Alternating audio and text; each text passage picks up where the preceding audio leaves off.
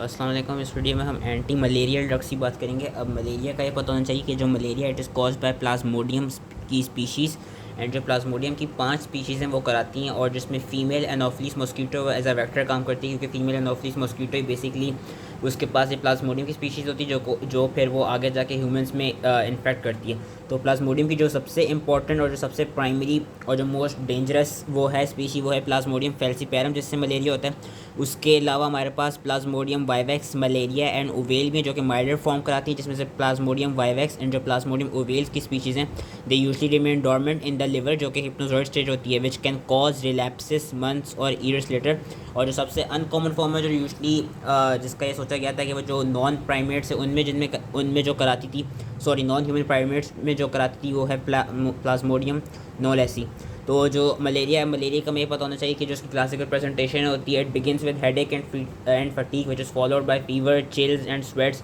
और Plasmodium falciparum में देखा जाता है कि इसमें परसिस्टेंट हाई फीवर होता है, हाइपर पैरासिटीमिया होता है, और ऑर्गन सिस्टम डिस्फंक्शन भी होता है, and it can also lead to capillary obstruction, cerebral malaria and then eventually death. अब जो इसकी ड्रग्स हैं, इसकी ड्रग्स को हमने दो में डिवाइड किया हुआ है। एक तो वो ड्रग्स जो एक्सो एरिथ्रोसिटिक स्टेज की होती हैं, और एक वो ड्रग्स जो कि इफेक्टिव होती हैं एरिथ्रोसिटिक फॉर्म में। एरिथ्रोसिटिक ऐसा नेम सजेस्ट कि इसमें जो पैरासाइट होगा it will be inside the red blood cell, whereas जो एक्सो एरिथ्रोसिटिक स्टेज है एंड जो गेमेटोसिटिक स्टेज है, exo erythrocytic is outside red blood cell, जो कि लिवर में होती है, जो कि से दो ही स्पीशीज़ कराती हैं, वाइवेक्स एंड प्लाज्मोडियम ओवेल। होता क्या है कि जो इन्फेक्टेड मॉस्किटो है वो आया, उसने ह्यूमन की पिक्चर दिखाई हुई कि ह्यूमन के आर्म में उसने अपने स्पोरोजॉइड्स रिलीज़ कर दिए। अब स्पोरोजॉइड्स ने क्या किया, स्पोरोजॉइड्स ने लिवर तक माइग्रेट किया, और लिवर पे जाके उन्होंने क्या बनाया, उन्होंने बनाए मेरोजॉइड्स। अब मेरोजॉइड्स ने क्या किया कि merozoites they are release and then they invade red blood cells. Red blood cells में क्या हुआ कि रेड ब्लड सेल्स में जो मेरोजॉइड्स थे दे बिकम ट्रोफोजॉइड, और कुछ शिजोन्स भी बन गए। अब ट्रोफोजॉइड, अब रेड ब्लड सेल में क्या हुआ कि जो रेड ब्लड सेल थे उनमें ट्रोफोजॉइड्स ने इतना मल्टीप्लाई किया कि they produce new merozoites, and eventually they are released when the red blood cell ruptures and they can infect other red blood cells. Some merozoites they became gametocytes, और फिर female mosquito, another female mosquito जो कि भी infect नहीं हुआ वो क्या करेगा, it will pick up these gametocytes to from an infected human.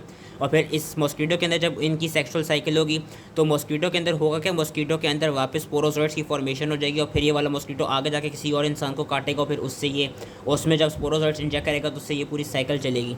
अब जो the only drug which is effective against exo erythrocytic and gametocytic stage that is primaquine, और जो एरिथ्रोसिटिक फॉर्म के अगेंस्ट होते हैं वो हैं ये सारे ड्रग्स जो कि हम अभी आगे पढ़ने लगे हैं। तो सबसे पहले हम आते हैं एक्सो एरिथ्रोसिटिक ड्रग पे, प्राइमाक्विन। अब प्राइमाक्विन क्या है कि it is an oral antimalarial drug which eradicates primary exoerythrocytic form of plasmodia and the hypnozoite of recurring malaria, जो कि कौन सी दो स्पीशीज़ कराता था, vivax and oval.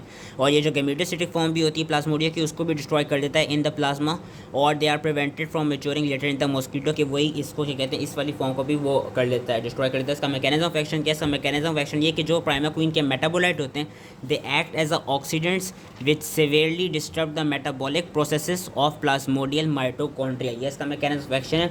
And it is responsible for schizonticidal action. Schizonticidal action का ये मतलब है कि जो शिजोंट्स हैं ये बेसिकली इनको भी क्या कहते हैं, किल कर देता है, schizonticidal action, as well as for the haemolysis and methaemoglobinaemia encountered as toxicities. इसके एडवर्स इफेक्ट्स क्या हैं, एडवर्स इफेक्ट्स इसके यही हैं कि एक तो ये जो जिन पेशेंट्स को G6PD डेफिशिएंसी होगी, ग्लूकोज 6 फॉस्फेट डिहाइड्रोजनेस की, उनमें ये हीमोलिटिक एनीमिया कराएगा। उसके अलावा ये एब्डोमिनल डिस्कम्फर्ट कराता है, ये ओकेजनल मैथ हीमोग्लोबिनीमिया कराता है, इसको प्रेगनेंसी में नहीं लेना चाहिए।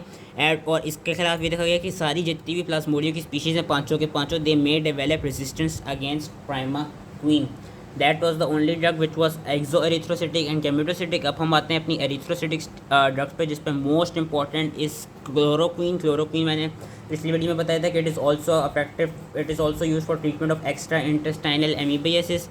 ज़्यादातर ये करती क्या है, जो क्लोरोक्वीन होती है, क्लोरोक्वीन हम प्लाज्मोडियम फैल्सीपैरम के खिलाफ देते हैं, और it is less effective against Plasmodium vivax. और ये अभी देखा जा रहा है कि अब कुछ जगहों पे इस क्लोरोक्वीन के खिलाफ काफ़ी रेजिस्टेंस पैदा हो रही है, और क्लोरोक्वीन यूजली क्या कहते हैं प्रोफाइलेक्सिक दी जाती है for travel to areas with non chloroquine sensitive malaria, की जिन एरियाज़ में क्लोरोक्वीन सेंसिटिव मलेरिया उन एरियाज़ के लिए ट्रैवलर्स को क्लोरोक्वीन दी जाती है।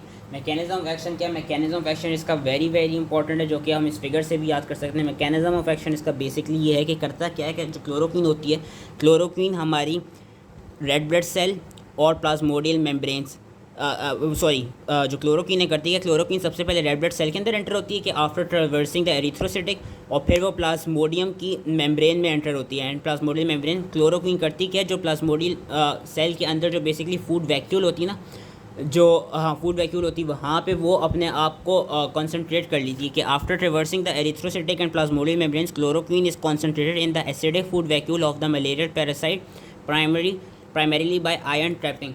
अब नॉर्मली क्या होता है, नॉर्मली ये होता है कि जब कोई मलेरिया हो गया होता है तो जो प्लाज्मोडियम है, जो पैरासाइट है, वो कर क्या रहा होता है रेड ब्लड सेल के अंदर एरिथ्रोसिटिक फॉर्म में। ये दिखाया हुआ है कि plasmodium inside the red blood cell में इसके फूड वैक्यूल में ये हो रहा होता है कि करता क्या है, जो हमारे पता है हमारे रेड ब्लड सेल में क्या होते हैं, हीमोग्लोबिन। तो ये हीमोग्लोबिन को ख़त्म करके हीमोग्लोबिन में कन्वर्ट करता है। अब जो ग्लोबिन अमाइनो एसिड्स निकलते हैं, बेसिकली ग्लोबिन इस प्रोटीन, तो उन सारे अमाइनो एसिड्स को यूज़ कर लेते हैं न्यूट्रिशन के लिए।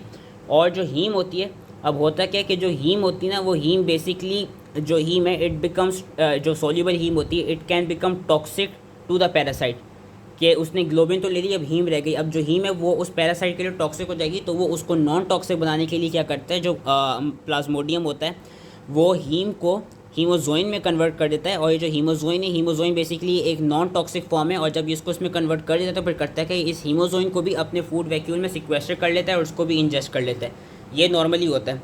अब जब हम किसी पेशेंट को क्लोरोक्वीन देते हैं तो क्लोरोक्वीन देने से क्या होता है, क्लोरोक्वीन देने से ये होता है कि जो हीम है वो हीमोजोइन में कन्वर्ट नहीं हो पाती। Chloroquine basically doesn't let haem to get converted to haemozoin, जिसकी वजह से होता क्या है, जो हीम है वो फिर हमारे blood cell, red blood cell के अंदर अकोमुलेट करती रहती है। जब ज़्यादा से ज़्यादा हीम अकोमुलेट करेगी तो it will become toxic to parasite, जिसकी वजह से इवेंचुअली होता क्या है कि हमारे पैरासाइट्स भी ख़त्म हो जाते हैं और साथ में हमारे जो रेड ब्लड सेल है वो भी एक तरफ से उनकी भी लाइसिस हो जाती है।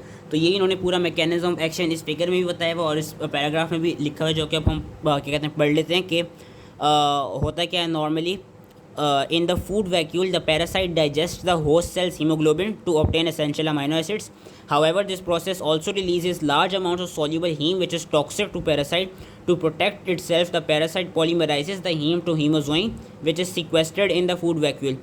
अब क्लोरोक्वीन क्या करते हैं, chloroquine specifically binds to haem, preventing its polymerization to haemozoin. As a result the increase pH and the accumulation of heme result in oxidative damage to the phospholipid membranes, leading to lysis of both the parasite and the red blood cell. So that was the mechanism of action of chloroquine. इसके adverse effects क्या हैं, इसके adverse effects काफ़ी सारे हैं। एक तो GI upset है, प्रोराइटस है, हेडेक्स है, ब्लड विजन है, discolouration of the nail beds and mucous membrane है। It should be use cautiously in those patients with hepatic dysfunction, with severe GI problems और विद सिवियर न्यूरोलॉजिकल डिसऑर्डर्स। और जो patients जिनको सोरिएसिस होता है या कोई पोरफारिया हुआ वो उनको क्या कहते हैं, they should not be treated with chloroquine and it can also prolong the QT interval. That was all adverse effects of chloroquine. जो हमारे पास दूसरी ड्रग्स आती हैं उसमें एक है अटोवाकोन प्रोग्वेनिल। जो अटोवाकोन प्रोग्वेनिल है ये बेसिकली एक कॉम्बिनेशन है दो ड्रग्स का, अटोवाकोन एंड प्रोग्वेनिल। अब अटोवाकोन और प्रोग्वेनिल होता क्या है, इसको हम यूज़ क्यों करते हैं, it is effective for those chloroquine resistant strain. हमने कहा था कि क्लोरोक्वीन के खिलाफ काफ़ी रेजिस्टेंट पाई जा रही है, तो ये जो पेशेंट्स को क्लोरोक्वीन के खिलाफ रेजिस्टेंस हो उनमें जिन पेशेंट्स में क्लोरोक्वीन की रेजिस्टेंट हो गई हो टू प्लाज्मोडियम फैल्सीपेरम, उन पेशेंट्स में ये वाली कॉम्बिनेशन यूज़ किया जाता है कि it is effective for chloroquine resistant strains of Plasmodium falciparum and it is used in the prevention and treatment of malaria for travellers from outside malaria endemic areas. अब इनमें ये जो दोनों ड्रग्स हैं, इन दोनों ड्रग्स में जो अटोवाकोन है, अटोवाकोन का बेसिकली मैकेनिज्म ऑफ एक्शन ये है कि it inhibits mitochondrial processes including electron transport as well as ATP and pyrimidine biosynthesis. Whereas proguanil का मैकेनिज्म ऑफ एक्शन ये कि जो उसका मेटाबोलाइट होता है साइक्लोग्वानिल, साइक्लोग्वानिल क्या करता है, cycloguanil basically inhibits plasmodial dihydrofolate reductase which prevents DNA synthesis, और क्या कहते हैं एज अ रिजल्ट वही कि फिर जो पैरासाइट है वो मर जाता है। जो इसका कॉम्बिनेशन है अटोवाकोन प्रोग्वानिल का, it should be taken with food और मिल्क टू एनहांस एब्जॉर्प्शन। और इसके एडवर्स इफेक्ट्स ये देखे गए, nausea, vomiting, abdominal pain, headache, diarrhoea, anorexia और डिजीनेस। फिर हमारे पास ड्रग आता है मेफ्लोक्वीन। अच्छा, मेफ्लोक्वीन का ये है कि it is effective against prophylaxis from all effective agent for prophylaxis from all plasmodia. और इसका ये भी देखा गया कि जब हम मेफ्लोक्वीन की मेफ्लोक्विन को जब हम आर्टिमिसिनिन के साथ वो करते हैं, कंबाइन करते हैं, तो फिर ये मल्टी ड्रग रेजिस्टेंट जो स्ट्रेन्स होते हैं प्लाज्मोडियम फैल्सीपेरम के, उनकी ट्रीटमेंट में यूज़ होता है। मेफ्लोक्विन का मैकेनिज्म ऑफ एक्शन सही से कि कहते हैं अभी तक वो डिटर्मिन नहीं हुआ, लेकिन इसका जो इंपॉर्टेंट पॉइंट याद रखना है वो ये कि इसकी सबसे ज़्यादा हाफ लाइफ जो लॉन्ग होती है वो मेफ्लोक्विन की होती है, अबाउट 20 डेज़ इसकी हाफ लाइफ होती है। इसके एडवर्स इफेक्ट्स हैं, इसके एडवर्स इफेक्ट्स हैं nausea, vomiting, dizziness to disorientation, hallucinations, depression, ECG abnormalities and cardiac arrest. अगर हम मेफ्लोक्विन को क्विनीन या क्विनिडीन के साथ लें तो ईसीजी एबनॉर्मेलिटीज़ और कार्डियक अरेस्ट हो सकते हैं। वैसे वॉमिटिंग, नोसिया, डिजीनेस और हेलुसिनेशन एंड डिप्रेशन इसके साइड इफ़ेक्ट्स हैं। अब हम आते हैं क्विनीन में। क्विनीन का याद रखना है कि जो क्विनीन है इसका मैकेनिज्म ऑफ एक्शन बेसिकली ये कि it interferes with haem polymerization which results in the death of erythrocytic form of plasmodial parasites and it is usually administered। अच्छा, क्विनीन में ये चीज़ याद रखनी कि इसको क्विनीन को किसी भी टेट्रासाइक्लिन के साथ कंबाइन करके दिया जाता है। It could be either doxycycline, tetracycline, और हम कभी कभी क्लिंडामाइसिन के साथ भी इसको दे सकते हैं। इसका जो मेन एडवर्स इफेक्ट है वो है सिंकोनिज्म। सिंकोनिज्म बेसिकली क्या होता है? It is a syndrome which causes nausea, vomiting, tinnitus and vertigo. फिर हमारे पास आते हैं आर्टिमिसिनिन। आर्टिमिसिनिन बेसिकली जो multi drug resistant plasmodium falciparum के स्ट्रेन्स होते हैं उनके खिलाफ कहते हैं आर्टिमिसिनिन दी जाती है। आर्टिमिसिनिन को हम अकेला भी दे सकते हैं। आर्टिमिसिनिन को हम उसके क्या कहते हैं आर्टिमिसिनिन बेस्ड उसके क्या कहते हैं बेसिकली उसकी तरह के हम वो आर्टिमिसिनिन के डेरिवेटिव्स भी दे सकते हैं हम ट्रीटमेंट के लिए, और हम आर्टिमिसिनिन को ज़्यादा इफेक्टिव होने के लिए किसी और ड्रग्स के साथ, डिफरेंट ड्रग्स के साथ हम कंबाइन करके भी दे सकते हैं। कि जिस तरह जो आर्टिसोनेट है, आर्टिसोनेट को सल्फाडॉक्सिन और पीरीमिथामीन या मेफ्लोक्विन या क्लिंडामाइसिन के साथ कंबाइन करके दिया जा सकता है ताकि ज़्यादा अच्छे हमको एंटी मलेरियल एक्शंस मिल सकें। इसका मैकेनिज्म ऑफ एक्शन यही है कि ये फ्री रेडिकल्स की प्रोडक्शन कराता है और these free radicals are produce as a result from cleavage of drugs endoperoxide bridge by haem iron in the parasite food vacuoles. इसमें बस इसका मेन चीज़ याद रखनी है वो ये याद रखनी है कि ये मल्टी ड्रग रेजिस्टेंट स्ट्रेन्स को किल करता है। इसकी ओरल, रेक्टल, आईएम, इंट्रामस्कुलर और इंट्रावीनस वो फॉर्मुलेशंस होती हैं। इसके जो एडवर्स इफेक्ट्स हैं वो वही नोजिया, वॉमिटिंग, डायरिया हैं, और साथ में ये क्यूटी इंटरवल की प्रोलॉन्गेशन करवा सकता है, हाइपर सेंसिटिविटी रिएक्शंस कॉज करवा सकता है और रैश करवा सकता है। लास्टली जो आपका ड्रग आता है वो आता है पेरिमिथामीन।